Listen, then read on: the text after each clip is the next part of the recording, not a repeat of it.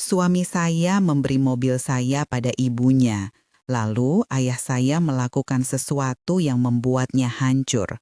Kalimat itu terngiang seperti sebuah batu kecil yang dilemparkan ke kolam tenang. Riaknya menjalar, mengaburkan pantulan wajah saya sendiri. Saya tiba di rumah besar itu dengan taksi, basah kuyup, rambut menempel di pipi, jaket saya berkerut karena hujan yang tak mau berhenti. Mobil yang pernah menjadi milik saya, hadiah ulang tahun dari ayah, terparkir di garasi, kaca-kacanya berembun seperti memendam rahasia. Di dalamnya, lampu-lampu kristal berpendar dan pelayan masih sibuk menata meja untuk makan malam keluarga besar.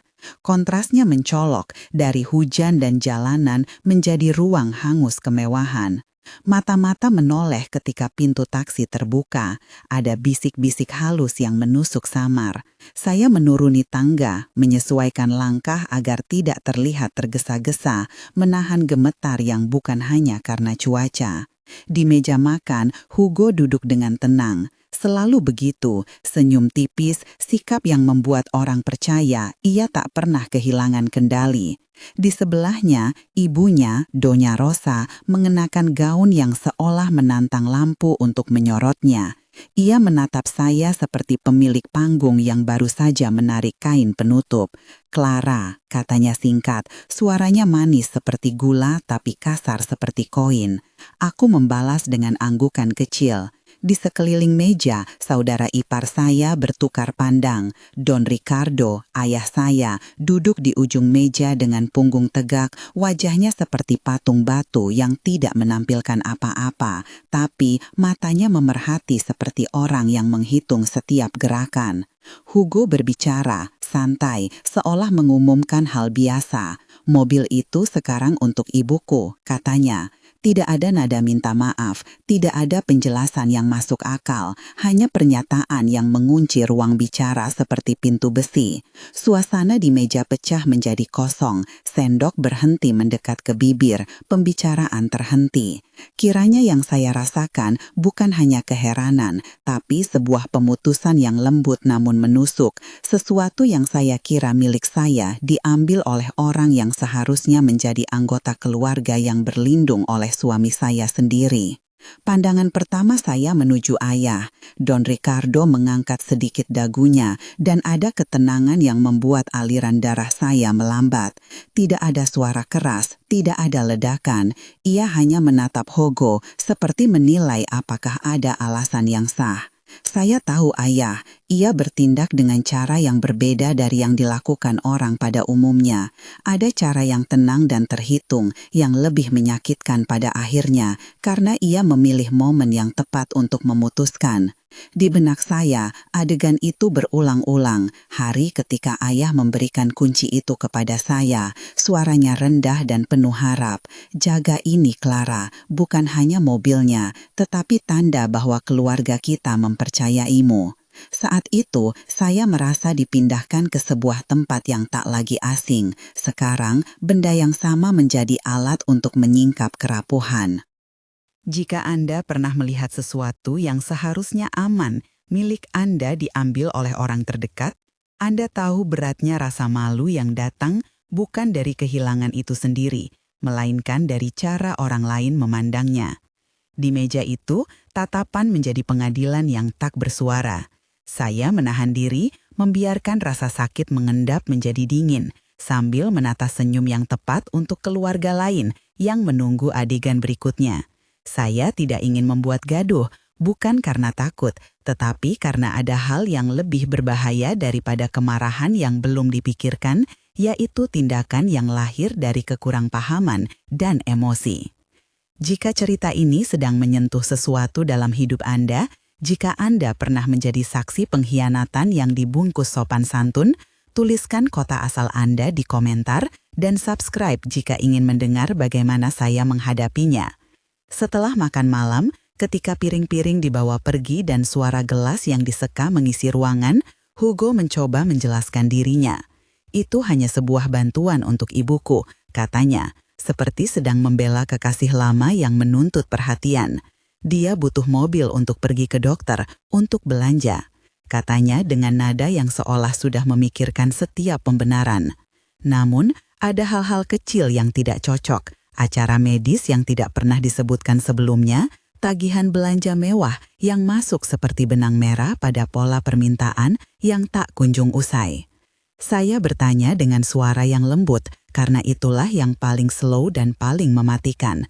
Hugo, kau bicara pada kami semua seperti itu, mengapa kau tidak menemuiku dulu? Ia mengangkat bahu, wajahnya menyiratkan bahwa langkahnya adalah tindakan spontan yang tidak perlu diperbesar. Untuk apa, Clara? Musim ini sangat sibuk. Ibu butuh mobil sekarang. Lagi pula itu mobil perusahaan. Kita bisa atur nanti. Mobil perusahaan. Kata itu seperti pintu yang sedikit kebuka dan mengundang rasa curiga lebih jauh. Karena di balik kata itu ada batas-batas kepemilikan yang tidak jelas, wewenang yang mudah disalahgunakan jika tidak dijaga. Saya tahu rumah tangga ini berjalan dengan aturan-aturan tak tertulis. Pria mengambil keputusan, wanita menyesuaikan. Namun ada yang berbeda. Keputusan ini bukan sekedar tentang kepentingan keluarga, melainkan tentang penggunaan aset yang bukan hak untuk diputuskan sendiri. Saya menahan napas, bukan karena takut, tetapi karena merasakan akar masalah yang lebih besar. Di malam itu pula, ayah menelpon seorang kenalan di departemen operasi. Saya mendengar nada suaranya saat ia berbicara melalui telepon di taman belakang, lirih namun tajam. Ia tidak membuat adegan, ia menanyakan nama petugas, tanggal, dokumen yang relevan. Ia berkata pelan, catatkan semua, segalanya harus rapi. Ia menyudahi panggilan dan hanya melemparkan satu kalimat kepada saya, biarkan aku bekerja, Clara. Ada sikapnya yang membuat hati saya lega dan takut sekaligus. Ia melakukannya bukan karena ingin membalas, tetapi karena ada prinsip yang harus ditegakkan.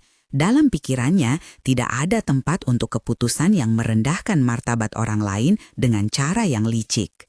Keesokan harinya, ponsel saya meledak dengan pesan dan notifikasi. Ada video yang beredar, tangan-tangan yang merekam layar ponsel, wajah-wajah yang berbisik.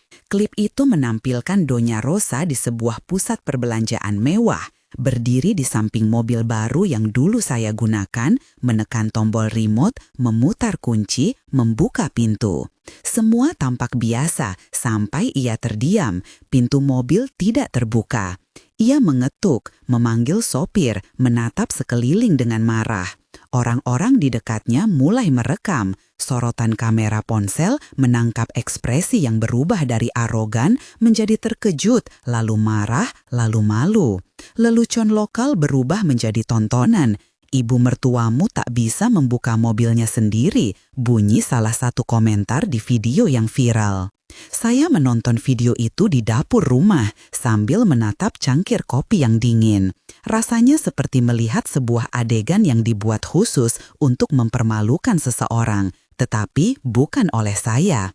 Saya tidak merasakan kegembiraan, malah saya merasa sejenis penyesalan karena penurunan manusia lain kerap membekas di tempat yang halus. Donya Rosa yang selalu memamerkan barang kini jadi bahan olok-olok.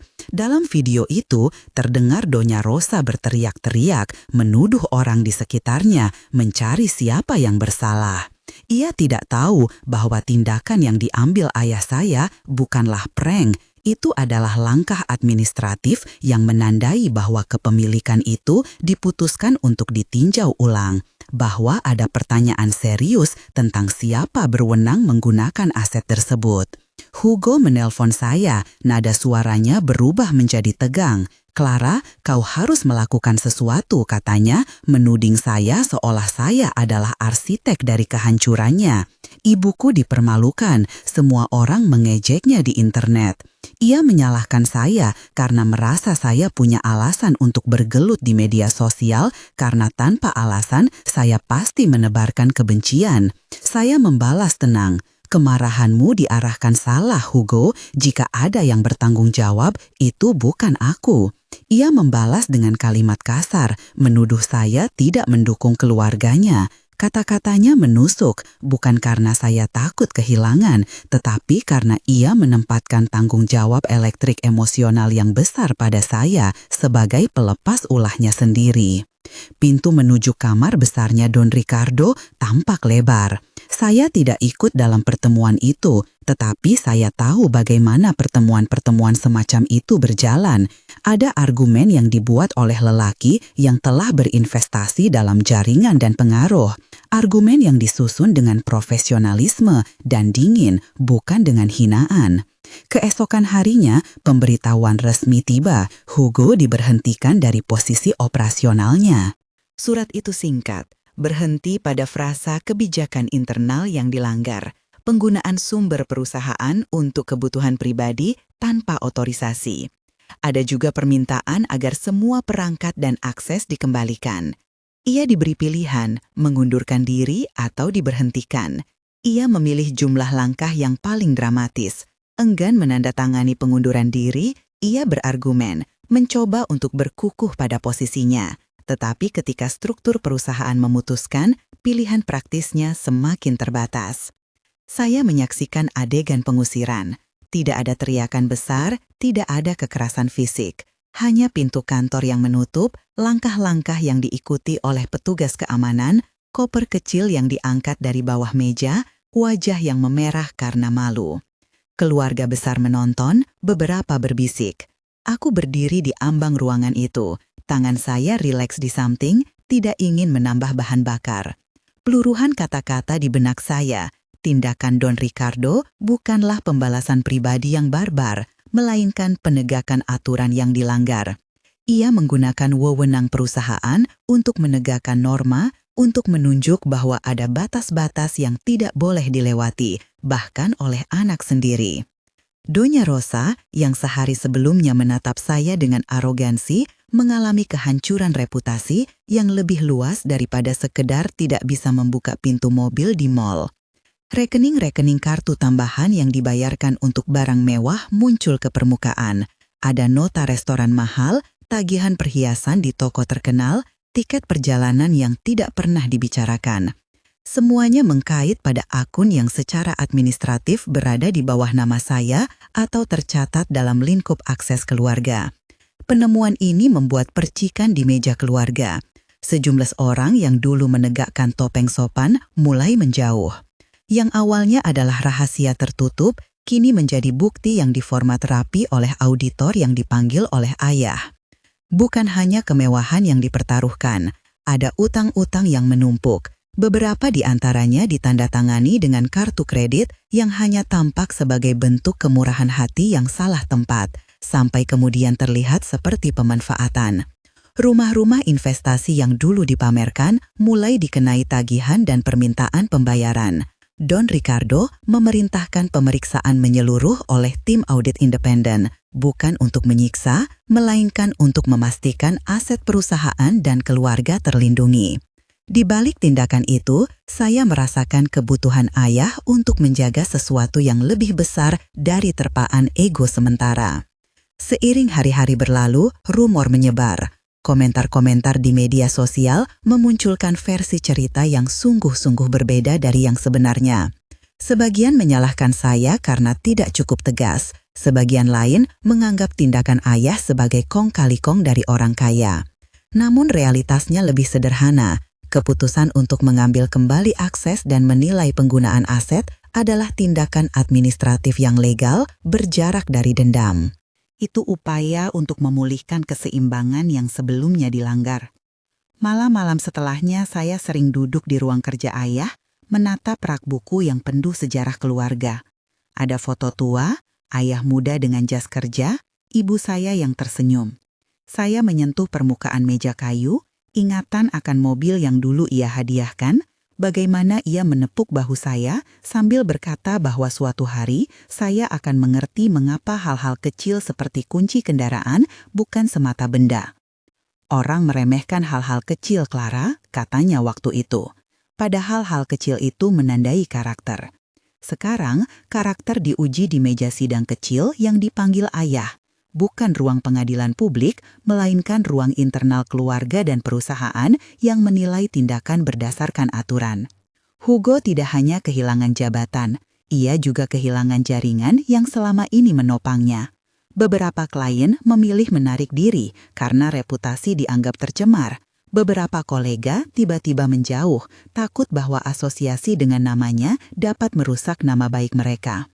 Kehidupan yang dibangun dari penampilan dan koneksi rapuh seperti kertas tipis yang mudah robek saat kebohongan disentuh. Aku tidak merasa senang atas kehancuran itu. Rasa bersalah dalam bentuk yang tak terduga. Rasa kehilangan atas pria yang pernah kucintai tertukar oleh sosok lain yang kemudian menyingkirkan saya. Donya Rosa pada gilirannya semakin keras menuduh saya.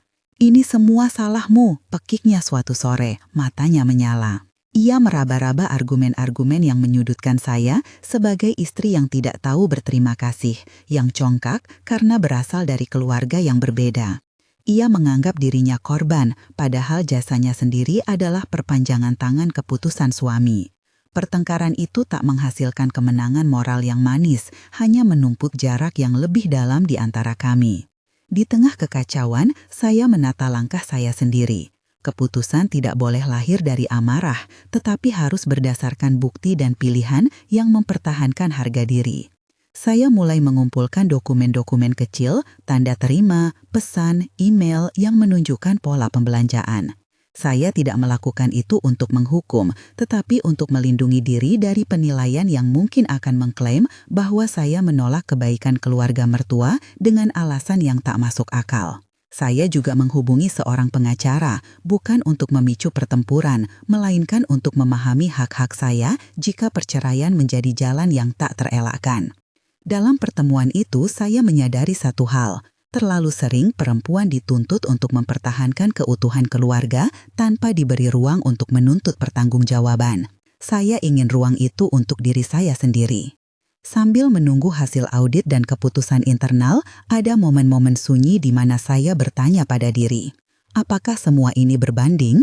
Apakah martabat lebih penting daripada mempertahankan penampilan yang selama ini dipaksakan? Jawaban saya tidak langsung tiba, tapi ia mendekati bentuk yang mantap. Saya memilih martabat, dan martabat itu tidak dilipat di atas perasaan dendam. Ia dipelihara melalui keputusan-keputusan yang tegas dan terhormat. Ketegangan meningkat ketika sebuah surat resmi tiba, permintaan pengembalian aset dan penjelasan tertulis atas penggunaan kartu-kartu yang terdaftar di bawah nama keluarga. Ini bukan lagi urusan keluarga yang tertutup, ini memerlukan penjelasan yang akan terlihat oleh pihak ketiga. Saya menghela napas panjang. Di balik rasa malu yang saya rasakan untuk keluarganya, ada pula rasa lega karena akhirnya kebenaran nanti mungkin terbongkar melalui jalur yang lebih objektif.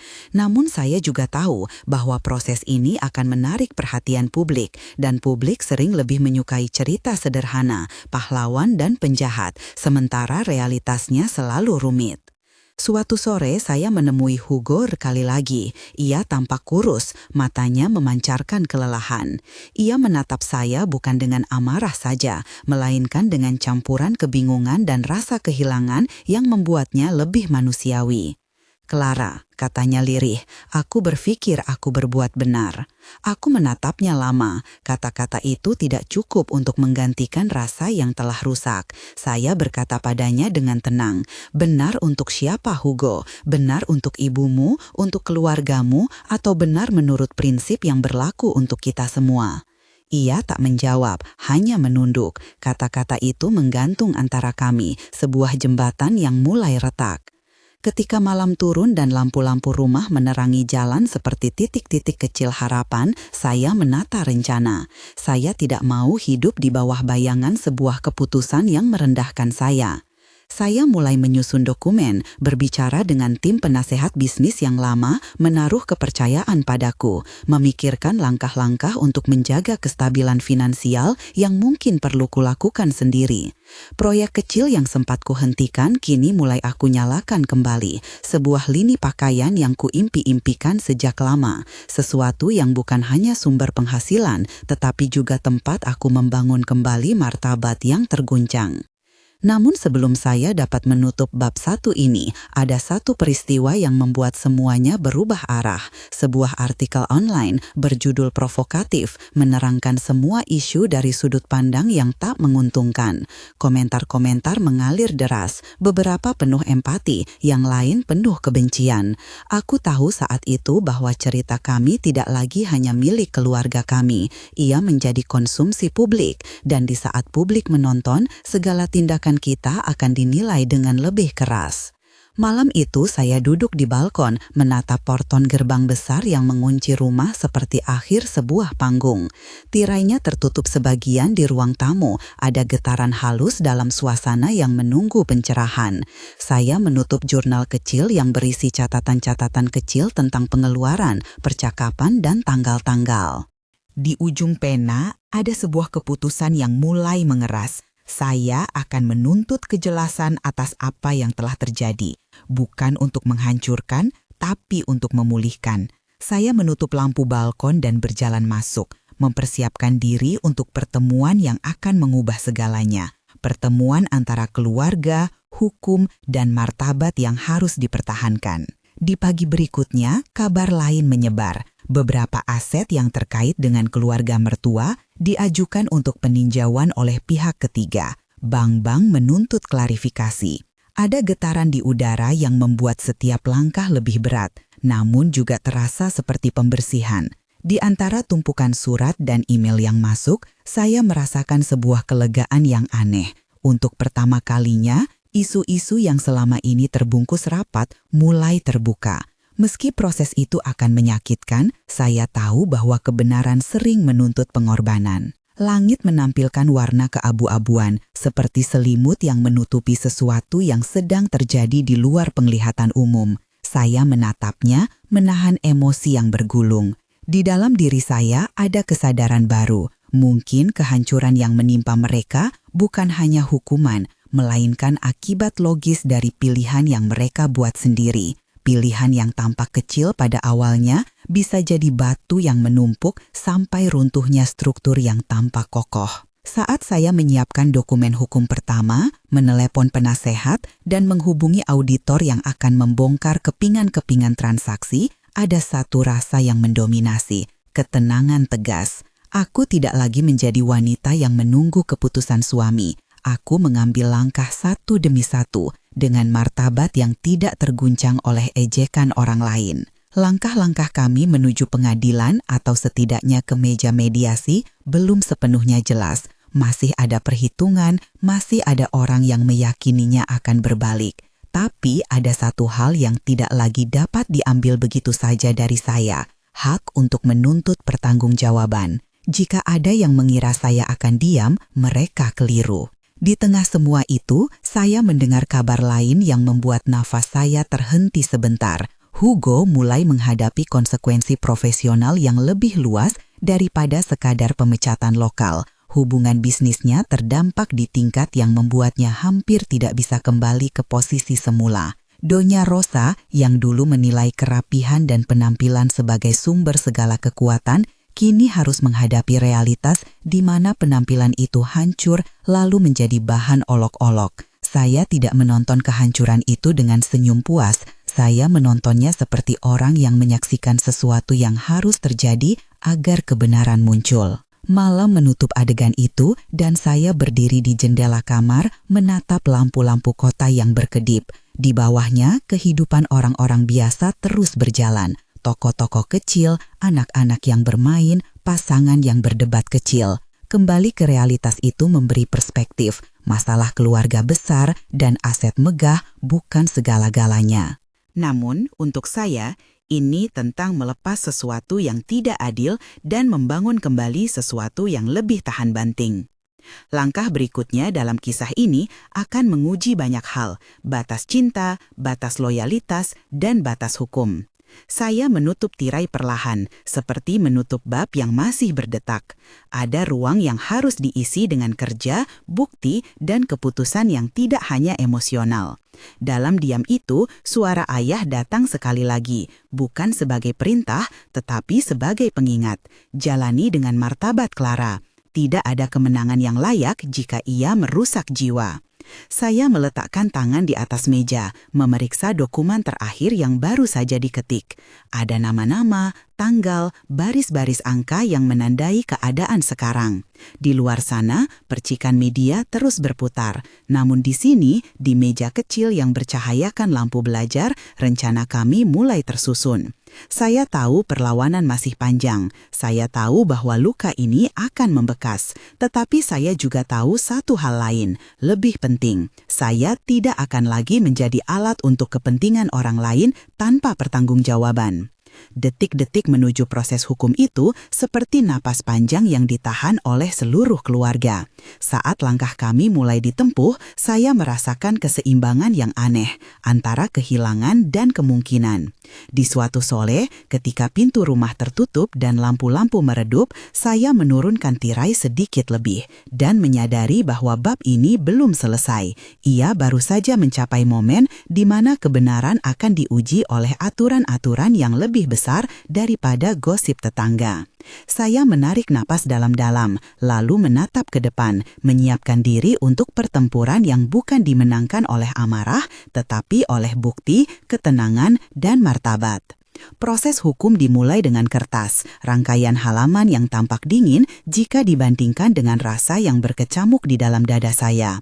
Aku menandatangani surat-surat itu bukan dengan semangat permusuhan, melainkan dengan ketegasan seseorang yang menuntut keadilan sederhana.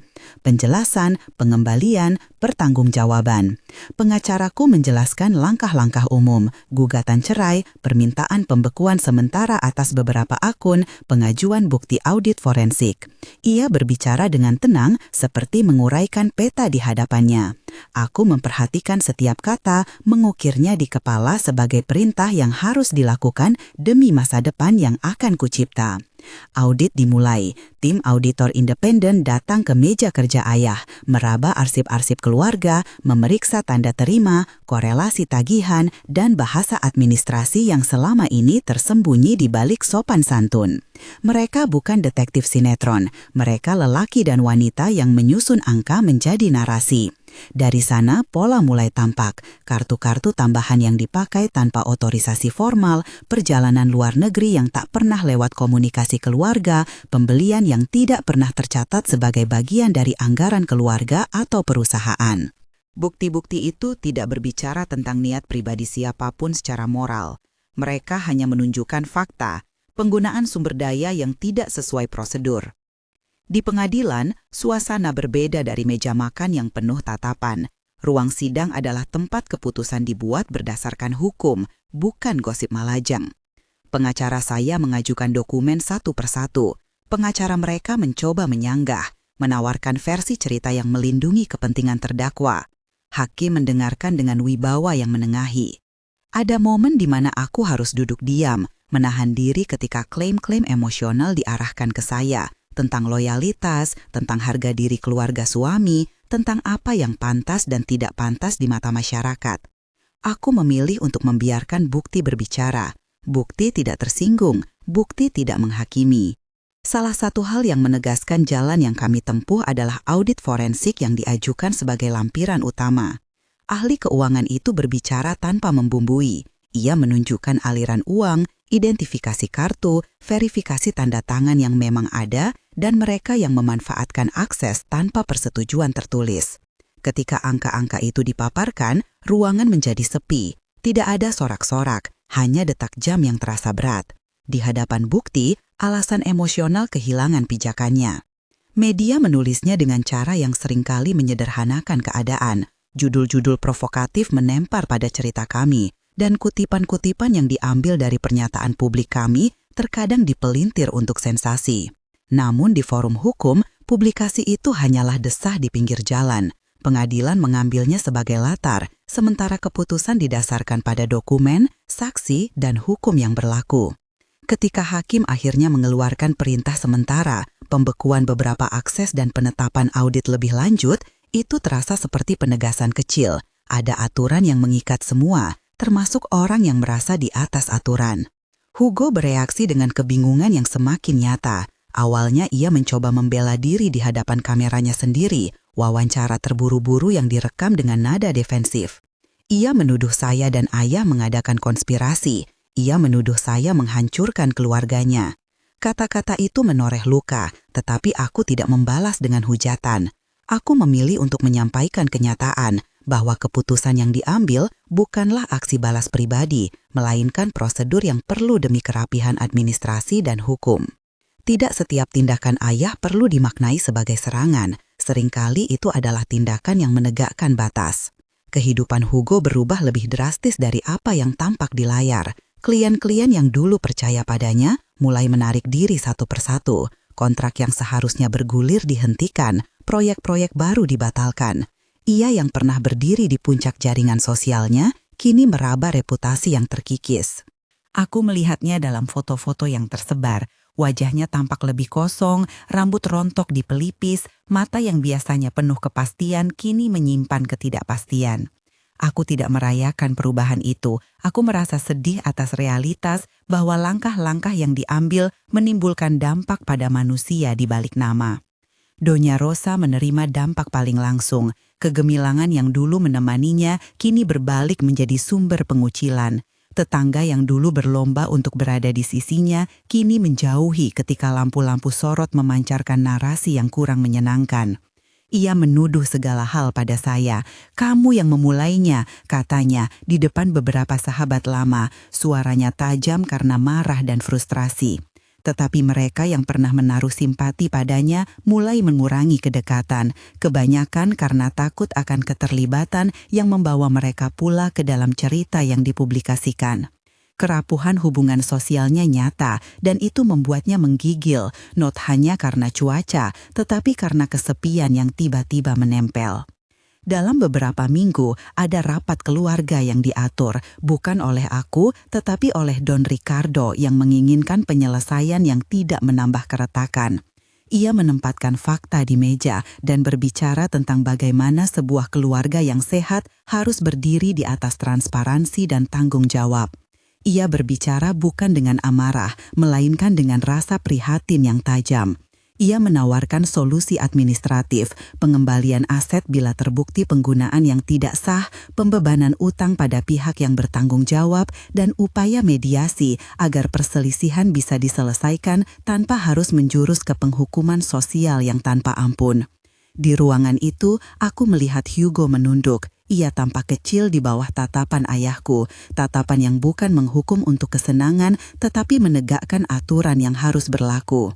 Ketika upaya mediasi tidak membuahkan hasil karena perbedaan klaim dan defensif yang terlalu kuat, kasus kami berlanjut ke persidangan yang lebih formal. Di sana, bukti-bukti yang dikumpulkan oleh auditor menjadi pilar utama. Ada saksi-saksi yang memberikan keterangan, petugas administrasi yang menjelaskan prosedur yang semestinya, rekan bisnis yang mengesahkan adanya penarikan dana yang tidak wajar atas nama hibah pribadi, dan seorang konsultan yang menunjukkan bahwa penggunaan aset tanpa otorisasi telah melanggar kebijakan internal. Pernyataan demi pernyataan itu seperti potongan-potongan puzzle yang akhirnya menggambarkan gambaran yang lebih besar. Hakim membuat keputusan yang adil tetapi tegas. Beberapa aset dikembalikan ke status yang semestinya, beberapa tagihan dibebankan pada pihak yang terbukti menggunakannya tanpa surat tugas, dan beberapa kewenangan dicabut sementara menunggu pembuktian finansial yang lebih rinci. Itu bukan hukuman dramatis, melainkan tindakan korektif yang menegaskan batasan-batasan. Hugo menerima sebagian keputusan itu dengan marah, sebagian lagi dengan pasrah. Reputasinya terus terkikis, jaringan yang menopang hidupnya rapuh. Donya Rosa yang menolak kebenaran di awal, kini harus membayar tagihan yang selama ini ia anggap sebagai bentuk kebaikan dari menantu. Realitas tidak peduli pada cerita yang dibuat untuk menutup kesalahan. Sementara itu, aku memutuskan bahwa hidupku tidak boleh berhenti pada lembaran-lembaran persidangan. Aku mengalihkan banyak energi ke lini pakaian yang pernah kujajaki sebelum kehidupan rumah tangga mengambil alih sebagian besar waktuku. Proyek itu kulakukan bukan sebagai pelarian, tetapi sebagai pernyataan bahwa martabat dapat direkonstruksi melalui kerja yang nyata. Awalnya aku hanya punya sebuah ruang kecil di lantai dasar rumah orang tua, beberapa prototipe, dan keyakinan yang tiba-tiba ada kembali. Aku bertemu dengan tim desainer lama, menata ulang koleksi, mencoba pendekatan pemasaran yang sederhana namun autentik. Kami memfokuskan pada kualitas, bukan sensasi. Kami menekankan cerita perempuan yang membangun kembali hidup. Lambat laun, order datang, pertama dari kenalan dekat, lalu dari toko-toko kecil yang sebelumnya tak tertarik. Eksposur media terhadap kasus ini justru membantu bisnis kecilku secara ironis. Aku tak pernah mencari publisitas yang mengobral kebencian. Aku memilih untuk menceritakan pengalaman tanpa menyudutkan. Banyak perempuan yang merespon bukan untuk menambah luka, tetapi karena merasa tersentuh oleh perjalanan bangkit yang alami dari rasa malu menjadi tekad. Pesanan meningkat dan proyek yang awalnya sederhana mulai berkembang menjadi usaha yang memberi penghidupan bagi beberapa penjahit lokal. Aku belajar mengelola finansial publik, bekerja keras mengikuti sistem yang aku percaya, dan membangun struktur yang membuat usaha kecil ini berkelanjutan. Don Ricardo memainkan peran yang penting namun tak mendominasi. Ia memberi dukungan finansial awal untuk menyalakan usaha itu kembali. Investasi itu diberikan bukan semata karena ia ingin dominasi, tetapi karena ia percaya pada kapasitasku. Ia menolak segala yang terlihat seperti penyelamatan yang memalukan.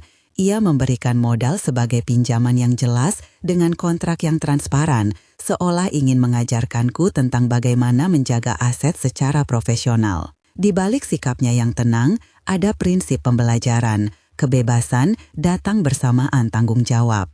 Kehidupan baru ini tidak membuat luka-luka lenyap. Masih ada pertemuan keluarga yang sulit, komentar pedas yang muncul tiba-tiba, dan momen kesendirian ketika kenangan lama datang mengetuk.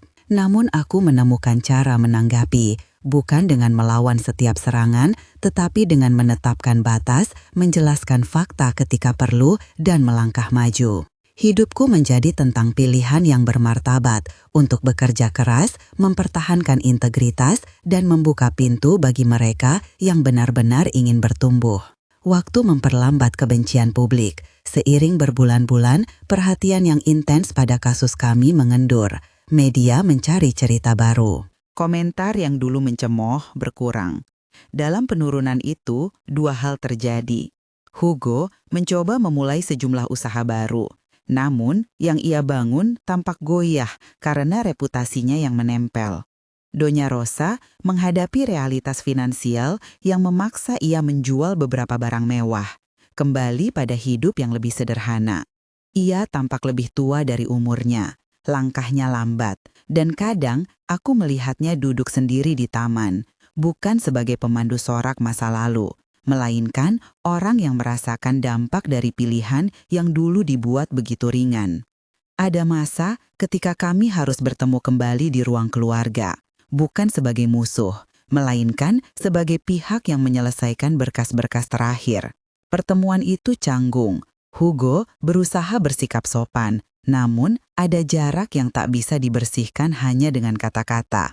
Aku mengucapkan hal-hal yang perlu. Terima kasih atas masa lalu yang baik, pengakuan atas luka yang diciptakan, dan permintaan agar semua pihak bergerak maju dengan tanggung jawab masing-masing. Tidak ada romansa pemulihan instan.